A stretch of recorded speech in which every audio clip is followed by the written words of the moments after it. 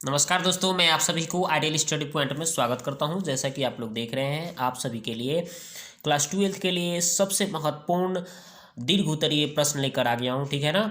और इस 2021 के एग्ज़ाम में इस तरह के क्वेश्चन आपको ज़रूर देखने को मिलेगा, ठीक है ना। ये हर साल इस तरह से क्वेश्चन आते हैं, ठीक है ना। तो अंक बदला जा सकता है या ये भी क्वेश्चन रह सकता है, आपको मैं सिखा देता हूँ, ठीक है ना, कि इस तरह से प्रश्न रहेंगे तो आप कैसे बनाएंगे इजी तरीका से। और आप 5 नंबर इस तरह से आप इस ऐसे प्रश्न आएंगे तो आसानी से उठा सकते हैं। तो चलिए स्टार्ट करते हैं। देखिए क्वेश्चन कहा गया है कि क्या कहा गया है कि आलेख द्वारा निम्न रैखिक प्रोग्राम समस्या को हल कीजिए, ठीक है ना। तो ये रैखिक समीकरण दिया गया है, इसको हल करना है भाई, और अधिकतम मान आपको निकालना है। तो चलिए, तो ये जो समीकरण दिया गया है पहले इसको हम लिख लेंगे। ओके, तो देखिए पहला जो समीकरण था हमने लिख लिया। या में हम इसको इसको less equal then greater than equal को हम हटाकर बराबर में लिख सकते हैं। ओके, अब यहाँ पे देखिए सारणी जो दिया गया है, देखिए यहाँ पे जो सारणी दिया गया है,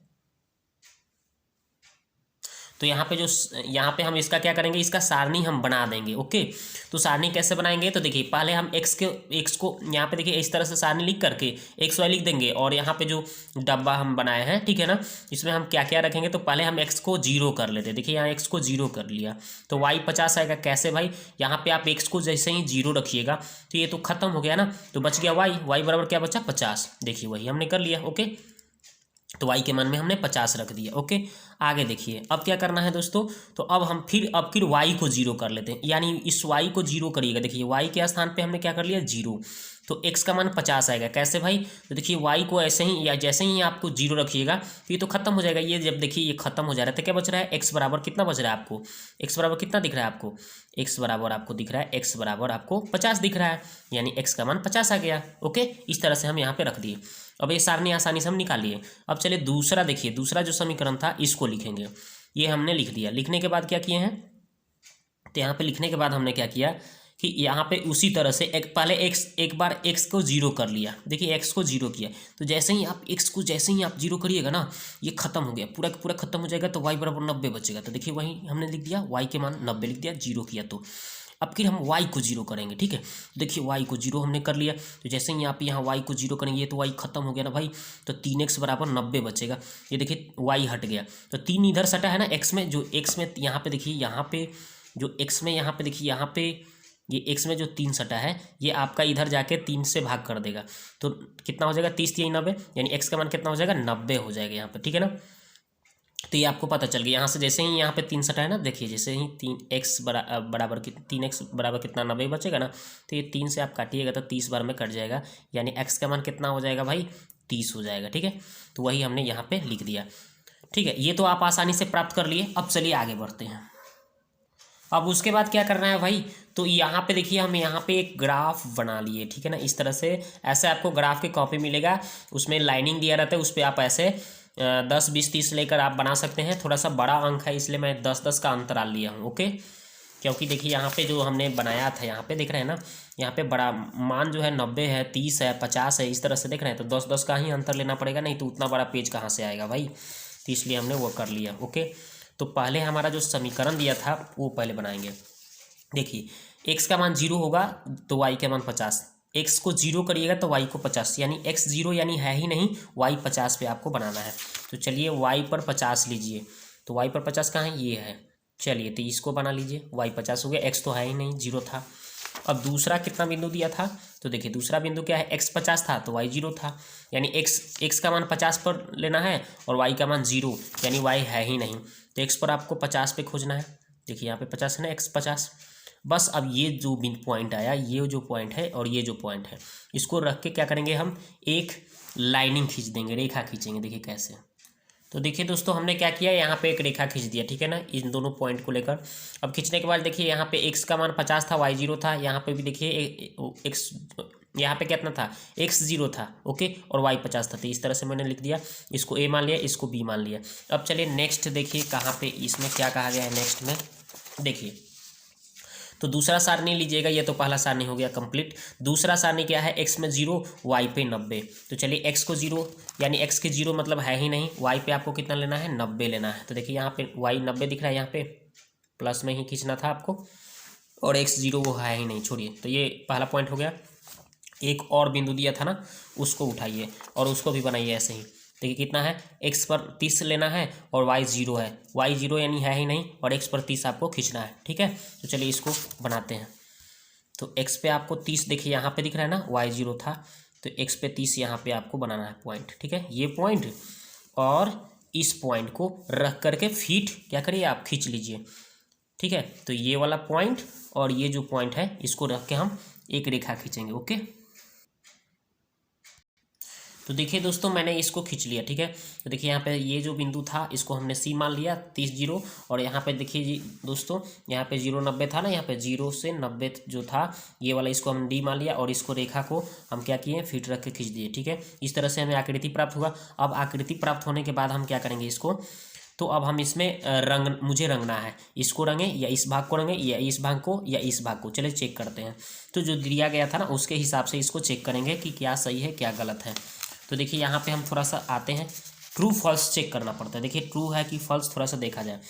ये जो दिया गया था इस समीकरण को लिख लीजिए, रैखिक समीकरण जो है ना ये वाला, इसको लिखेंगे और x को 0 और y को 0 करके यहाँ पे बनाएंगे। ओके, चलिए ये करते हैं, पहले ट्रू फॉल्स चेक करते हैं। तो कैसे चेक करना है भाई, तो x प्लस वाई, ठीक है, ग्रेटर देन इक्वल 50। अब यहाँ पे एक बार x को 0 करना है मेरे को और एक बार y को 0 करना है। ठीक है ना, तो ये जैसे ही आप चेक करेंगे, ठीक है ना, तो देखिए यहाँ पे 0 आ गया। ठीक है दोस्तों, तो यहाँ पे कितना हो जाएगा, यहाँ पे 50 हो गया। ठीक है, तो यानी x का मान क्या कर रहा है, देखिए यहाँ पे 50 से ये 0 क्या है, छोटा। ठीक है, सही बोल रहा है, x का मान जो है 50 से छोटा बोल रहा है, तो ये सही बोल रहा है। ये तो हमारा ट्रू हो गया ना भाई, ट्रू हो गया। तो ट्रू होगा तो क्या होगा, मूल बिंदु की ओर रंग आ जाएगा। जब x और y की मान क्या करना है, यहाँ पे पुटअप करना है। ओके, 0 याद रखिएगा, x और y का मान जब 0 रखेंगे तो इस तरह से हमारा ट्रू आ रहा है। ओके, तो ट्रू के मतलब ये ट्रू ट्रू बोल दिया, यानी x प्लस वाई का जो हमारे समीकरण प्राप्त हुआ था, रेखा प्राप्त हुआ था, ये वाला जो पहला, ये क्या बोल रहा है, ट्रू बोल रहा है। तो ट्रू है यानी कि आपका ये मूल बिंदु की ओर कर रहा है, कह रहा है कि ये मूल बिंदु की ओर रंगिए इससे। तो ये जो लाइनिंग आया है ये तो आपको मूल बिंदु की ओर संकेतित कर रहा है, इधर रंगना है। ओके, ठीक है, यहाँ तक चेक हो गया। अब ये दूसरा रेखा जो जा रहा है इसको थोड़ा चेक करते हैं। चलिए और दूसरा को चेक करते हैं। अब क्या करते हैं भाई, दूसरा वाला कितना लिखा था, तो चलिए दूसरा वाला थोड़ा सारणी समीकरण देखते हैं। कितना है भाई, x 3x प्लस वाई बराबर इक्वल ग्रेटर देन, कितना लिखा है, इक्वल ग्रेटर देन आपका लिखा है 90। ओके, चलिए इसको हम उठाते हैं। तो 3x प्लस वाई, ठीक है ना, ग्रेटर देन इक्वल 90। चलिए इसको भी यहाँ पे 3 गुने एक्स का मान 0 करिए। ठीक है, y को भी 0 ना करना है, 0 पे ही चेक किया जाता है चूँकि मूल बिंदु का मान 0 0 होता है। ठीक है ना, 0 प्लस 0। अब यहाँ पे देख लीजिए क्या आ गया भाई, ये भी बात तो करेक्ट ही बोल रहा है, ये भी ट्रू हो गया ना। क्यों भाई, क्योंकि देखिए 90 से 0 छोटा होता है, ये बात सही है, ट्रू हो गया। तो ये भी मूल बिंदु की ही ओर बोलेगा। तो ये तो बोल दिया मूल बिंदु की ओर। ओके, यानी इधर रंगना है भाई। और ये जो लाइनिंग जा रहा है, ये जो रेखा, ये भी बोल रहा है मूल बिंदु की ओर। तो ये देखिए यहाँ से लेके पहला सारणी पहला रेखा बोला था कि एकदम यहाँ तक ले पूरा इधर रंगना है। जब ये लाइनिंग जा रहा है ये वाला, ये कह रहा है कि इधर रंगिए, तो ये वाला तो कट गया ना भाई, ये तो कट गया। तो आपको रंगाएगा कौन, तो आपको रंगना है यहाँ से, देखिए ये वाला पहले इसको बोला है, तो ये आपको रंगना होगा। ओके, ये तो रंगना होगा, ये तो पूरा बोल रहा था, ये भी रंगा था। लेकिन अब ये जो रेखा जा रहा है ये कह दिया हमको मूल बिंदु की ओर, यानी इधर कह रहा है, इधर कह रहा है। ठीक है ना, और तो इधर यहाँ तक ले जाता है, लेकिन ये तो पहले से काट दिया कि इधर रंगना है। तो यहाँ पे क्या हो गया, दोनों के अनुसार हम देखें तो ये रंग आएगा। ओके, तो यही आपको रंग देना है।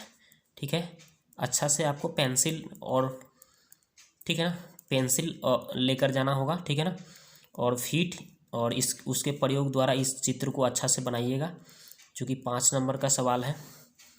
तो ये तो हो गया। अब यहाँ पे कटान बिंदु दोस्तों कितना होगा ये थोड़ा सा चेक करना होगा। तो इसको आप मूल लम डालिएगा तो 20 पे आ रहा है, इधर से लम डालने पर 30 आ रहा है। ठीक है, यानी कि हम x का मान कितना दिख रहा है आपको, 20 दिख रहा है, और y का मान कितना दिख रहा है आपका, 30 दिख रहा है। ठीक है ना, यहाँ पे आप लम डालिएगा तो देखिए 20 पे आ रहा है, इधर से आ रहा है 30 पे, तो 20 30 ये भी बिंदु एक कटान बिंदु हमें प्राप्त हो गया। ठीक है ना, तो A और दूसरा यहाँ पे B था और यहाँ पे C था, तो यहाँ पे आपका कितना था, D था, और इसको मान लीजिए आप E मान लीजिए। ओके, तो देखिए दोस्तों, अब यहाँ पे क्या करना है, ये जो छायांकित किया गया है इसमें कौन कौन कोणीय बिंदु हो गया, एक यहाँ पे कोणीय बिंदु हो गया, एक यहाँ पे हो गया, एक यहाँ पे हो गया, एक यहाँ पे हो गया, 1 2 3 4, चारों कोणीय मान को लिखेंगे। अब यहाँ पे ई देखिए, ई जो ये मान निकला है पता है ना, इधर से लंब डालने पर एक्स का मान 20 और इधर से लंब डालने पर 30। ओके, या फिर आपको समझ में नहीं आएगा तो यहाँ पे इस समीकरण को इस समीकरण को हल कर लीजिएगा विलोपन विधि से, तो भी चेक कर सकते हैं, इतना ही आएगा। ओके, या ऐसे भी कर सकते हैं। उसके बाद अब क्या करना है, इस कोणीय बिंदु में 4 बिंदु जो दिया गया है इसको हम इस तरह से लिख देंगे। कोणीय बिंदु हमने लिख दिया 0 0 0 0 होता है, यानी कि यहाँ पे मूल बिंदु ओ है ना, 0 है ना, इसका 0 0 हमने लिख दिया यहाँ पे। और दूसरा सी हमने लिखा है यहाँ पे, ये सी पहला 30 0 है तो हमने ये लिख दिया। ओके, इसी तरह से ये यहाँ पे एक बी है ना, तो क्या है 050, तो हमने 050 लिख दिया बी। और यहाँ पे ई है ना, इसको हमने 20 30 लिख दिया। ओके, लिखने के बाद में जेड का मान जो दिया था हमने लिख दिया, और यहाँ पे मान पुट करेंगे एक्स का और वाई का मान। ओके, तो 0 0 पुट करिएगा एक्स वाई का मान तो 0 ही आएगा, और एक्स का मान 30 रखिएगा ना, यहाँ पे 30 गुने 4 तो कितना हो जाएगा, 3 चौक 12 यानी 120 हो जाएगा। वाई 0 ये है ही नहीं, ठीक है ना, उसको हटा ही दीजिए, यानी 120 आएगा। और एक्स का मान 0 यहाँ पर रखिए तो 0 बन जाएगा, वाई का मान कितना 50, तो यहाँ पे 50 आ जाएगा। और एक्स का मान आप यहाँ पे 20 भरिएगा तो 20 भरिएगा ना तो 40 दूना 80 हो जाएगा, और वाई का मान 30 भरिएगा तो यहाँ पे 30 हो जाएगा, जोड़ने पर 110 आ जाएगा। ओके, इसको कैलकुलेट करने पर मान निकालने पर ये सब आएगा। तो सबसे मैक्सिमम वैल्यू पूछा गया था ना, तो यहाँ पे देखिए मैक्सिमम मान जो आया आपका, देख रहे हैं ना, यहाँ पे मैक्सिमम मान कितना आया, 120 आ गया। ठीक है, तो अतः आप लिख सकते हैं उसके बाद में कि अतः बिंदु सी पर 0 30 पर देख रहे हैं ना, 30 0 पर, अर्थात एक्स का मान कितना है 30 और वाई का मान क्या है, वाई का मान क्या है 0, एक्स पर 30 और वाई का मान 0 पर क्या, यानी जेड का मैक्सिमम वैल्यू कितना आ गया, मैक्सिमम मान कितना है भाई 120 है। यही आपको पूछा गया था, यही इसका आंसर हो गया। तो दोस्तों ये वीडियो हमारा अच्छा लगा तो लाइक और सब्सक्राइब करिए, और अधिक से अधिक दोस्तों के पास शेयर करिए, ताकि सभी के पास पहुँचे और वे देखें और अच्छी तरह से अपना 5 नंबर को अपने एग्ज़ाम में ला सकें। ठीक है।